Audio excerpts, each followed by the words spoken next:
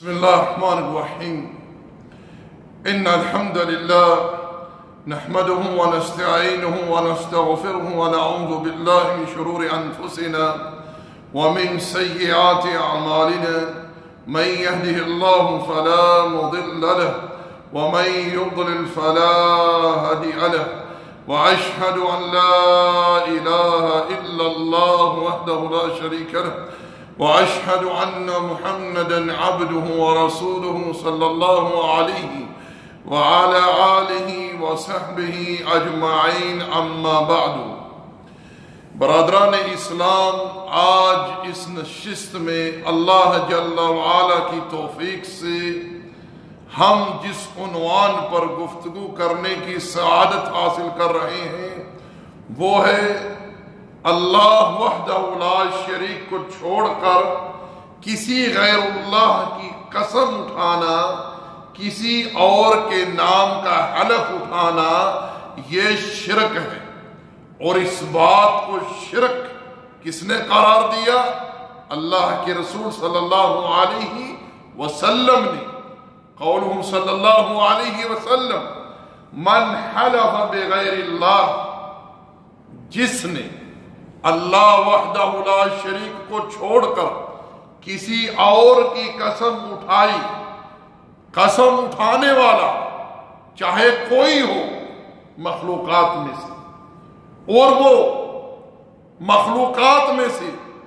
چاہے کسی کی بھی قسم اٹھا رہا ہو، بڑے سے بڑے شان والا، بڑے سٹیٹس والا، بڑی شہرت والا، جس کی مرضی وہ قسم اٹھائے، ارشاد فرمایا فقد اشرک، تحقیق اس نے شرک کا ارتکاب کیا۔ میرے بھائیو، میرے دوستو، یہ بات یاد رکھیں کہ یہ چیز تب تک شرک اصغر ہے جب تک فقط اس کا تعلق زبان تک محدود ہے۔ اگر یہی بات انسان کے دل میں آئی کہ وہ جس ہستی کی اللہ کو چھوڑ کر قسم اٹھا رہا ہے، اس ہستی کی اس انسان کے دل میں سب سے بڑھ کر تعظیم اور محبت ہے، تو پھر جان لیجئے کہ ایسا انسان شرک اکبر کا مرتکب ہوگا۔ دراصل قسم جو ہے یہ تعظیم کی انواع میں سے ایک نوع ہے، اور انسان جب کسی کی قسم اٹھاتا ہے، جس کے نام کا حلف اٹھاتا ہے، وہ اس بات کا اقرار و اظہار کر رہا ہوتا ہے کہ میں جس ہستی کی قسم اٹھا رہا ہوں، اس ہستی کی میرے نزدیک سب سے بڑھ کر زیادہ تعظیم اور میرے دل میں سب سے بڑھ کر اس کی محبت ہے۔ رسول اللہ صلی اللہ علیہ وسلم نے ارشاد فرمایا کہ اللہ تعالیٰ تمہیں منع فرماتا ہے کہ تم اپنے بزرگوں کی یا اپنے بڑوں کی قسمیں اٹھاؤ اللہ کو چھوڑ کر۔ ارشاد فرمایا کہ اگر تم میں سے کوئی قسم اٹھائے جہاں اس کو ضرورت پیش آ جائے کبھی قسم اٹھانے کی، فرمایا کہ وہ فقط اللہ کی قسم اٹھائے ورنہ خاموش رہے۔ ایک صاحب نے نبی علیہ السلام کے سامنے کہہ دیا والکعبہ، کعبے کی قسم۔ آپ نے ارشاد فرمایا مگر یہ کہو کہ کعبے کے رب کی قسم۔ آپ لوگ جانتے ہیں کہ کعبۃ اللہ، بیت اللہ بڑے شرف، بڑی عزت، بڑی شان والا گھر ہے۔ اللہ تعالیٰ نے تشریفاً اس گھر کی نسبت اپنی طرف کی ہے، کیا؟ بیت اللہ، کعبۃ اللہ۔ مگر اللہ کو یہ بات پسند نہیں کہ اللہ کی مخلوقات خالق کو چھوڑ کر مخلوقات میں سے کسی کی قسم اٹھائیں۔ مگر افسوس ہے ہمیں اس بات کا کہ بہت سارے کلموں کو مسلمان، کلمہ پڑھنے والے، اسلام کی طرف اپنی نسبت کرنے والے غیر اللہ کی قسمیں اٹھاتے ہیں، غیر اللہ کے نام کا حلف اٹھاتے ہیں۔ کوئی کہتا ہے میرے سامنے نعمت پڑی ہوئی ہے، مجھے رزق کی قسم، کوئی کہتا ہے مجھے بچے کے سر کی قسم، ماں کی قسم، باپ کی قسم، کوئی کہتا ہے مجھے مرشد کی قسم، پیر سائیں کی قسم، کوئی کہتا ہے مجھے پیارے حبیب کی قسم، کوئی کہتا ہے حسین کی قسم، آل بیت کی قسم، کوئی کہتا ہے پیران پیر کی قسم، کوئی کہتا ہے مجھے داتا کی قسم، غیروں کی قسمیں اٹھاتے ہیں۔ حالانکہ زبان نبوت امام الانبیاء صلی اللہ علیہ وسلم یہ ارشاد فرما رہے ہیں، کیا؟ من حلف بغیر اللہ، جس کی قسم اللہ کو چھوڑ کے اٹھائی، تحقیق اس نے شرک کا ارتکاب کیا۔ دوستو، مجھے یہ بات کہتے ہوئے افسوس ہو رہا ہے کہ ہمارے معاشرے میں، اسلامی معاشرے میں ایسے لوگ بھی موجود ہیں، ایسے لوگ بھی موجود ہیں جو اللہ رب العالمین کے نام کی جھوٹی قسمیں اٹھائیں گے، لیکن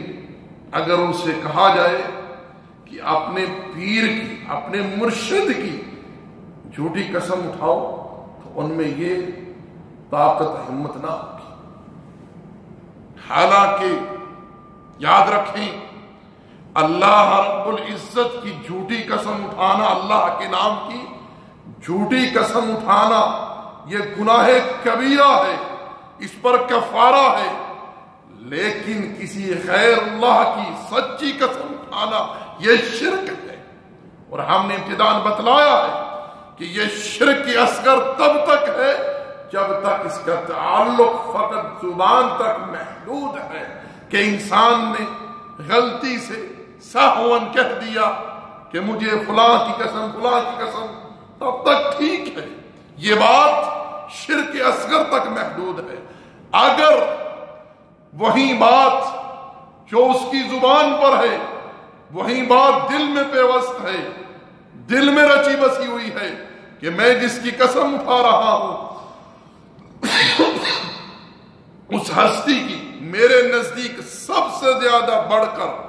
عظمت ہے، اور اس کی سب سے بڑھ کر اس ہستی کی میرے دل میں محبت ہے، تو پھر ایسا انسان شرک اکبر کا مرتکب ہوگا، شرک اکبر کا مرتکب ہوگا۔ اور اللہ جل وعلا کیا ارشاد فرماتا ہے، ان اللہ لا یغفر ان یشرک بہ ویغفر ما دون ذلک لمن یشاء، کہ بے شک اللہ شرک ہی کو معاف نہیں کرے گا، شرک کے علاوہ جو گناہ ہے، قتل ہے، زنا ہے، شراب نوشی ہے، جوا ہے، سود خوری ہے، جو ہے وہ اللہ کی مشیت پر ہے، اللہ کی مشیت پر ہے۔ اللہ چاہے تو گناہ کی مقدار جتنی ہے اس کے مطابق عذاب دے اور اس گناہگار کو بخش دے، یہ اللہ کی مشیت پر ہے۔ چاہے تو اللہ عذاب نہ دے، فوری جنت میں داخلہ دے دے، یہ اللہ کی مشیت پر ہے، اللہ کی چاہت پر ہے۔ لیکن شرک ایک ایسا گناہ ہے، مسلمانوں اس بات کو اچھی طرح سمجھ لو اور امت کو یہ بات سمجھاؤ کہ شرک وہ گناہ ہے جس کا مرتکب اگر اس کائنات کا سردار بھی ہوا امام الانبیاء صلی اللہ علیہ وسلم، تو رب یہ اعلان فرما چکا ہے سورہ زمر آیت نمبر 65 میں، لَإِنْ أَشْرَكْتَ لَيَحْبَطَنَّ عَمَلُكَ وَلَا تَكُونَنَّ مِنَ الْخَاسِرِينَ، اگر تم نے شرک کا ارتکاب کیا تو آپ کے اعمال برباد ہو جائیں گے اور آپ خسارہ اٹھانے والوں اس کے ہو جائیں گے۔ اور علماء اس بات کو جانتے ہیں اہل علم اس بات سے آگاہ ہے کہ اس آیت میں خطاب کس سے ہو رہا ہے۔ آیت کی ابتدا میں کیا فرمایا؟ وَلَقَدْ أُوحِيَ إِلَيْكَ وَإِلَى الَّذِينَ مِنْ قَبْلِكَ لَئِنْ أَشْرَكْتَ لَيَحْبَطَنَّ عَمَلُكَ وَلَا تَكُونَنَّ مِنَ الْخَاسِرِينَ۔ تو دوستو اس بات کو سمجھ لو کہ قسم اٹھائیں تو فقط اللہ کی، مگر یہ بات ذہن میں رہے پہلے تو یہ کوشش کریں کہ قسمیں مت اٹھائیں۔ بعض لوگوں کی عادت ہوتی ہے بار بار قسم اٹھانا، بار پر قسم اٹھانا۔ جو لوگ کثرت سے قسمیں اٹھاتے ہیں چاہے وہ اللہ کی اٹھا رہے ہیں، سمجھ لیں کہ ان کے دلوں میں اللہ تعالیٰ کی تعظیم اور عظمت کی قلت ہے۔ اگر کہیں آپ کو ضرورت پیش آ جائے وہاں اللہ کی قسم اٹھائیں، کسی اور کی نہیں، لیکن گریز کرے قسمیں زیادہ کھانے سے، کیونکہ یہ کوئی سچائی اور صداقت کی علامت نہیں ہے کہ بات پر قسم، بات پر قسم۔ اور یاد رکھیں میں نے بتلایا ہے درس کے دوران کہ اللہ تعالیٰ کے نزدیک اللہ کی جھوٹی قسم اٹھا لینا یہ اتنا بڑا گناہ نہیں جتنا غیر اللہ کی سچی قسم اٹھانے کا گناہ ہے، کیونکہ اللہ کی جھوٹی قسم اٹھانا یہ گناہ کبیرہ ہے، اور غیر اللہ کی سچی قسم اٹھانا یہ شرک ہے۔ وما علینا الا البلاغ وصلی اللہ علی نبی محمد وعلی آلہ وصحبہ اجمعین۔